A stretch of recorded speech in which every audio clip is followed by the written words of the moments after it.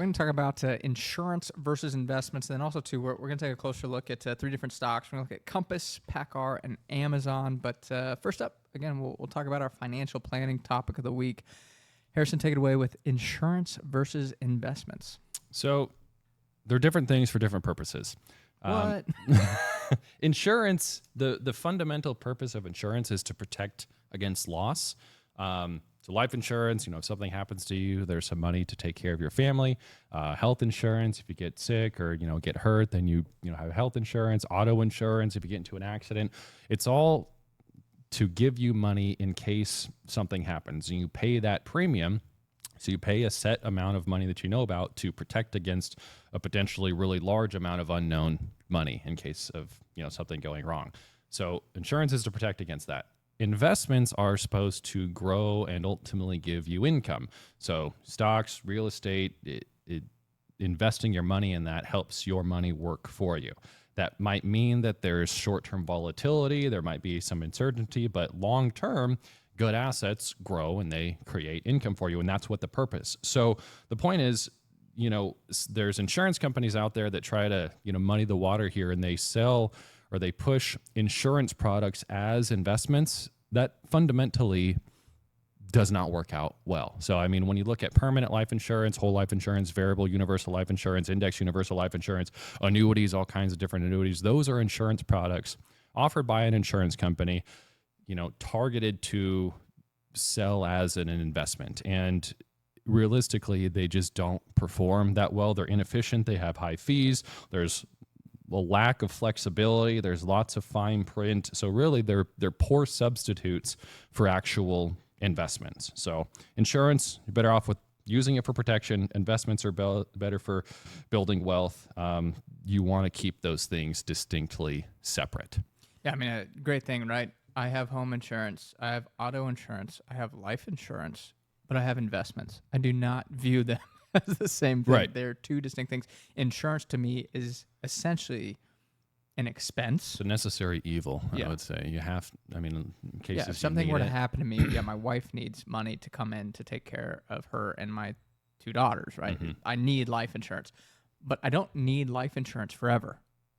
We also don't need to pay thousands of dollars a month for it either. I think mine's like $50 a month. Yeah. Is my life insurance. Yeah. For term life, and it's For like a $2 million for it's policy. $2 million. Yeah. So it's plenty of cash for $50. Yeah. If that was a whole life policy, I don't even know. It'd be literally thousands of dollars a month. Universal life would be, if you were trying to do it right, would probably be thousands of dollars a month for a $2 million death benefit. That's a really large amount for any type of permanent life insurance.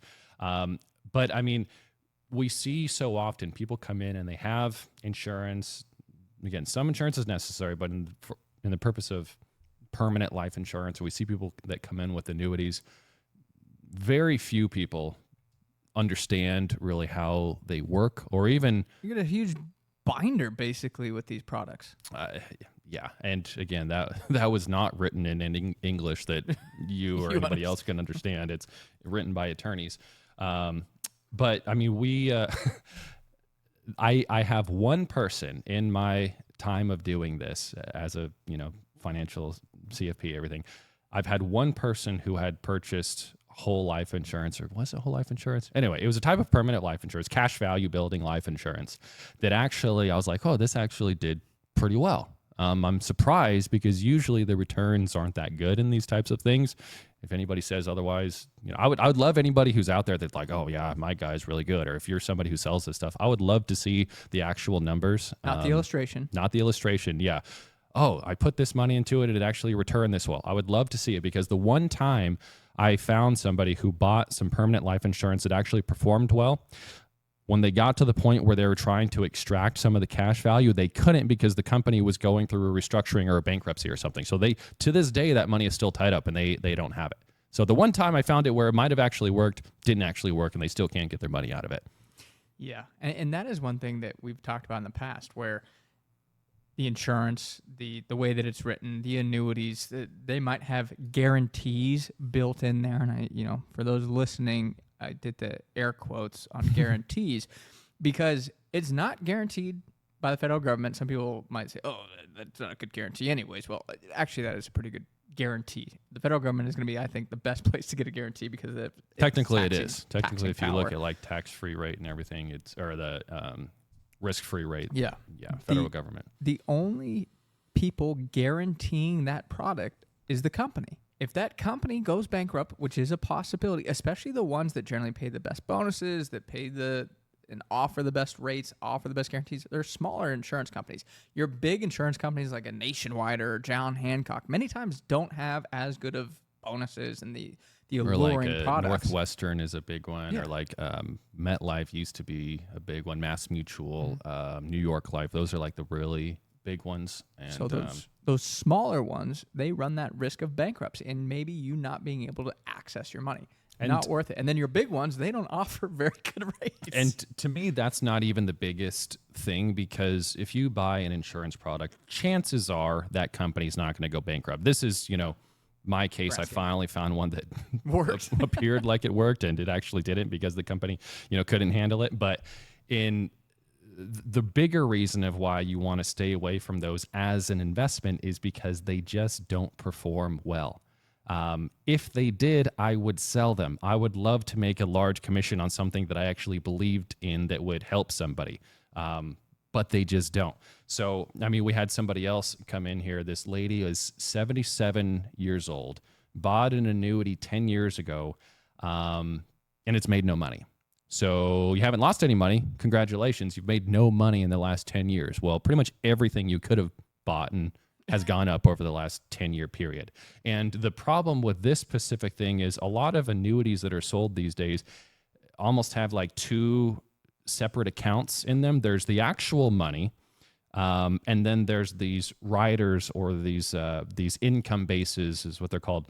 And that income base is just, it's not an actual number. Funny money. It's funny money. It's something that the insurance company uses to base what your payout is going to be if you decide to annuitize and take income from it. So these income bases or these guaranteed withdrawal amounts or whatever, they're the ones that have all of these guarantees.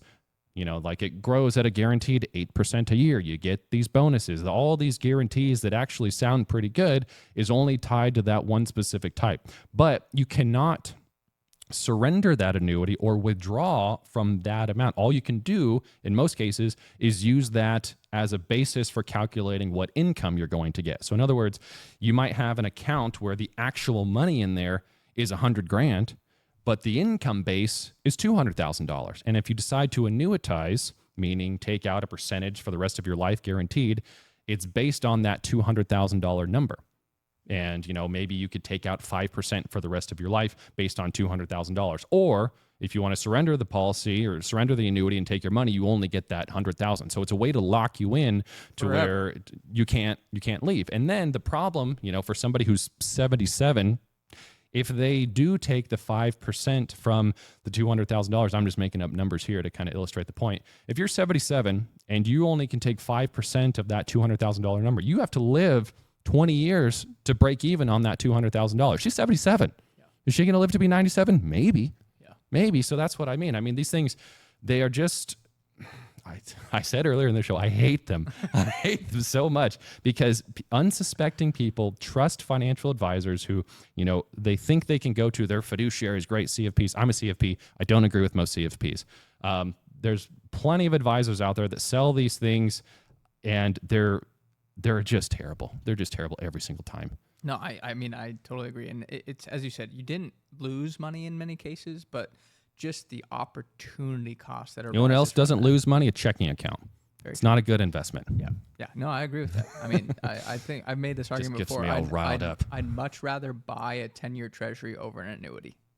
Yeah, especially right now. There was a time when treasuries were, not paying anything, but in the current market, I can't think of a situation where you would buy an annuity over a treasury. Well, I wouldn't really do either of those things for long-term money. No, absolutely not. Well, that's the other thing that's so paradoxical about it is because when you buy annuity, they all have surrender charges, 5, 7, 10, 16 years I've seen.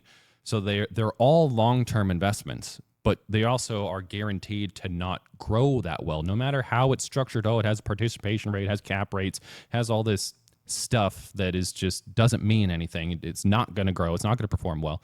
It might have all of that stuff, but gosh, where I don't even know. I was just so riled up. I forgot what my point was. But I mean, the thing that you look at is it's not. It's a long-term investment. That's what a it was. Terrible long-term investment. and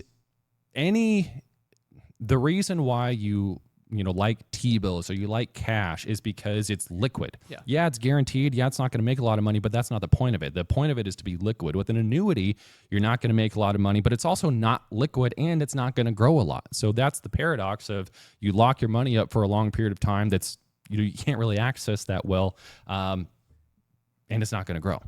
And the problem is, kind of circle back to this whole income riders, the product that we spoke about with the woman that was 77 years old. The reason that money doesn't grow, the actual money that you could potentially access, is because these income riders are so expensive. So you're growing that income base with the guarantees, but your actual surrender value, actual money in there, is not growing because all the fees in there are getting eaten up within it. And it just, if you change your mind 5-10 years down the road, as she did, and said, well, my advisor's not getting back to me. Well, they're not an advisor. They were a broker. They sold you a product. They make no money. They have no way to make money off of you now. Afterwards, yeah. After the fact. So they're not taking care of you. I want to change course and hire you an advisor. We said we can't because your income base is too high. You don't have beneficiaries. You're going to just need to annuitize this product because there's no way that I could, in good conscience, tell you to take half of that money essentially when you need income, and I can't provide that to you. It was just mind blowing to me. And that's what gets me so upset about it is you literally have this old lady, 77 years old, needs income, doesn't understand how this works or what she agreed to, and this is really her only option at that point. And again, we didn't charge for this. We didn't, if we were scumbags, we could say, oh yeah, we'll take this money out and we'll go do something else and, try to make money off her. We did not do that. We said, based on what you have, this is the really only option. We helped her annuitize the annuity. So yeah, we went through the annuitization process. Yeah, great job, advisor. Sold her something and then threw her out on the street. Jeez. Well, obviously we are not fans of annuities, and again, take Harrison up if you think you got. I would love to see it. I would love annuity. to see it because even people were like, "Oh, well, I found a good one." No, you haven't. You just don't understand how it works. And if you're an advisor who thinks you have a good one, no, you don't. Yeah. So again, take him up on it. If you think you have a good one, send it to him. He'll take a look at it. I would love to.